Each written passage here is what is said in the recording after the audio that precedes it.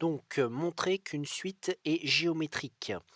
Donc, pour montrer qu'une suite est géométrique, ce qu'il faudrait montrer, c'est montrer que quel que soit, donc ça c'est le signe, quel que soit n appartenant à grand N, l'ensemble des antinaturels, le terme de rang n plus 1, c'est-à-dire par exemple ici un est égal à un nombre q fois le terme de rang n, c'est-à-dire un avec q qui est un nombre réel et qui s'appelle la raison de la suite. Donc ça, c'est la définition de la suite géométrique. Une suite, elle est géométrique quand on passe d'un terme à un autre en multipliant toujours par la même valeur qui s'appelle la raison.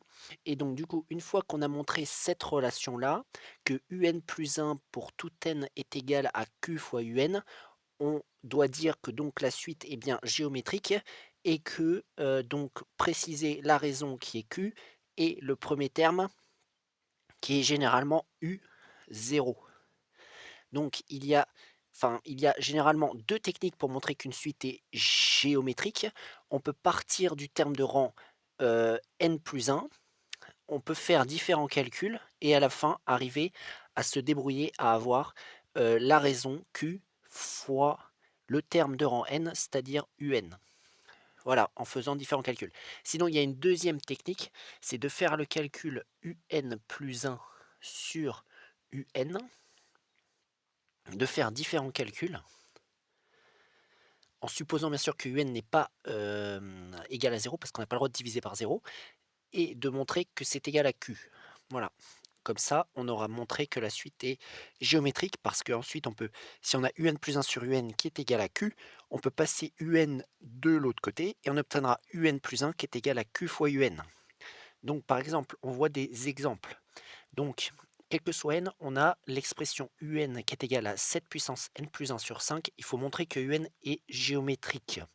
Là, cette suite est définie, comme on dit, explicitement, c'est-à-dire que le terme de rang n est donné directement en fonction de n. Voilà, il est donné en fonction de n, parce qu'après, il y a les formules par récurrence, c'est quand le terme de rang n plus 1 est donné en fonction du terme de rang n, par exemple, ça c'est une formule par récurrence. Et donc nous, notre but, c'est de montrer que un plus 1 est égal à q fois un, soit en utilisant cette technique, soit en utilisant cette technique. Bon, on va plutôt utiliser la deuxième technique, généralement c'est celle que l'on utilise. Donc du coup, on va calculer un plus 1 sur un égale. Donc, qu'est-ce que c'est que un plus 1? Bah, c'est la même chose que un, sauf qu'à la place de n, il y a n plus 1. Donc on va remplacer tous les n par n plus 1. Ça va donner 7 puissance n plus 1 plus 1.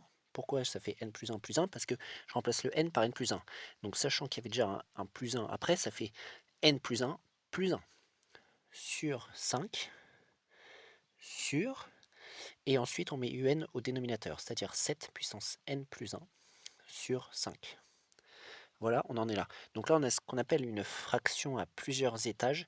Donc on va utiliser la règle qui dit que diviser, c'est multiplier par l'inverse. Pour le remettre dans le bon sens, ça va donner 7 puissance n. Bon, alors là, je peux faire un peu le calcul, ça va faire n plus 2 sur 5 fois l'inverse de cette fraction qui est là, c'est-à-dire 5 sur 7 puissance n plus 1 égale.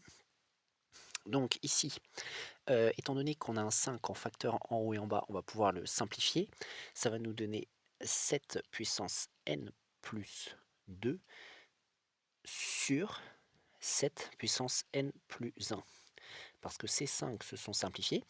Et bon, bien sûr, là, on a multiplication de deux fractions. Donc quand on multiplie deux fractions, on multiplie les numérateurs ensemble et les dénominateurs ensemble. Donc il ne va plus rester que 7 puissance n plus 2 sur 7 puissance n plus 1.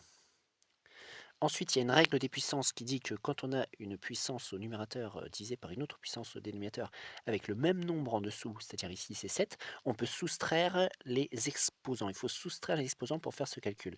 Donc là, ça va donner 7 puissance n plus 2, c'est-à-dire ce qui est en haut moins ce qui est en bas, moins l'exposant du bas, c'est-à-dire n plus 1. Je fais bien attention de mettre une parenthèse puisque c'est toute cette somme qui est soustraite, donc il faut bien mettre une parenthèse. Donc ensuite, je continue le calcul. En exposant, je vais retirer la parenthèse. Ici, quand un moins est devant une parenthèse, ça a changé tous les signes à l'intérieur. Donc ça va donner n plus 2 moins n moins 1. Bon, si je fais ce calcul, qu'est-ce que ça va nous donner? Les n vont s'enlever et il va rester plus que 1 en exposant, c'est-à-dire que ça va donner 7 puissance 1 et 7 puissance 1 ça fait 7. Voilà. On a obtenu une valeur qu'on peut noter Q. Bon bah la suite elle est géométrique. On conclut donc UN, donc la suite UN, donc on met bien des parenthèses autour quand on nomme la suite, et géométrique de raison Q égale 7 et de premier terme U0.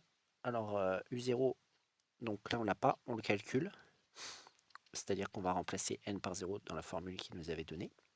Ça va donner 7 puissance 0 plus 1 sur 5. Ça va juste donner 7 sur 5. On a le premier terme et la raison de cette suite qu'on a montrée étant géométrique. Autre suite, Vn, on a sa forme explicite, 3 sur 2 puissance n. On fait donc la même chose. Pour tout n, on fait le calcul Vn plus 1 sur Vn. Ça va être égal à donc Vn plus 1, 3 sur 2 puissance n plus 1, puisque bon, si on remplace n par n plus 1, on remplace n par n plus 1, et donc ici ça fera 2 puissance n plus 1, sur 3 sur 2 puissance n, puisque bon, je remplace Vn par son expression. Donc là on a encore une fraction à plusieurs étages, on utilise la règle qui dit que diviser c'est multiplier par l'inverse. Donc on va multiplier le numérateur par l'inverse du dénominateur, ça va donner 2 puissance n sur 3. Les 3 vont pouvoir se simplifier en haut et en bas puisqu'ils sont en facteur commun. Il va plus rester que 2 puissance n sur 2 puissance n plus 1, qui va être égal, avec la même règle que précédemment, on soustrait les exposants, ça va faire n moins n plus 1 égale, donc là on va encore retirer la parenthèse, et après calcul, ça va nous donner plus que 2 puissance moins 1. 2 puissance moins 1, c'est l'inverse de 2, ça fait donc 1 sur 2. On a trouvé une valeur qui appartient à R, qui dépend plus de n. Cette suite va être géométrique. Et donc on peut conclure Vn est géométrique de raison Q égale 1 demi et de premier terme. C'est toujours important de préciser le premier terme et la raison parce que ça permet de définir totalement la suite. V0 égale, donc on ne l'avait pas calculé, mais ça va nous donner 3 sur 2 puissance 0. Un nombre à la puissance 0 est toujours égal à 1, donc ça fera 3 sur 1, et 3 sur 1, ça fait 3. Donc on a le premier terme de cette suite. Maintenant, on nous donne une autre suite qui s'appelle Wn. Il faut montrer que Wn est géométrique encore. Donc, on va encore faire pour tout n appartenant aux antinaturels, Wn plus 1 sur Wn, qui va être égal à, donc on remplace, Wn plus 1, ça va donner moins 1 demi facteur de 4 tiers à la puissance. Donc, on remplace le n par n plus 1, ça va faire n plus 1, mais ensuite il y a moins 1, comme c'était indiqué là. Sur, donc ensuite la même chose, moins 1 demi facteur de 4 tiers à la puissance, donc cette fois-ci juste n-1 parce que c'est juste Wn. Donc là on a encore une fraction à plusieurs étages. On voit que déjà moins 1 demi est en facteur en haut et en bas, on va pouvoir donc le simplifier.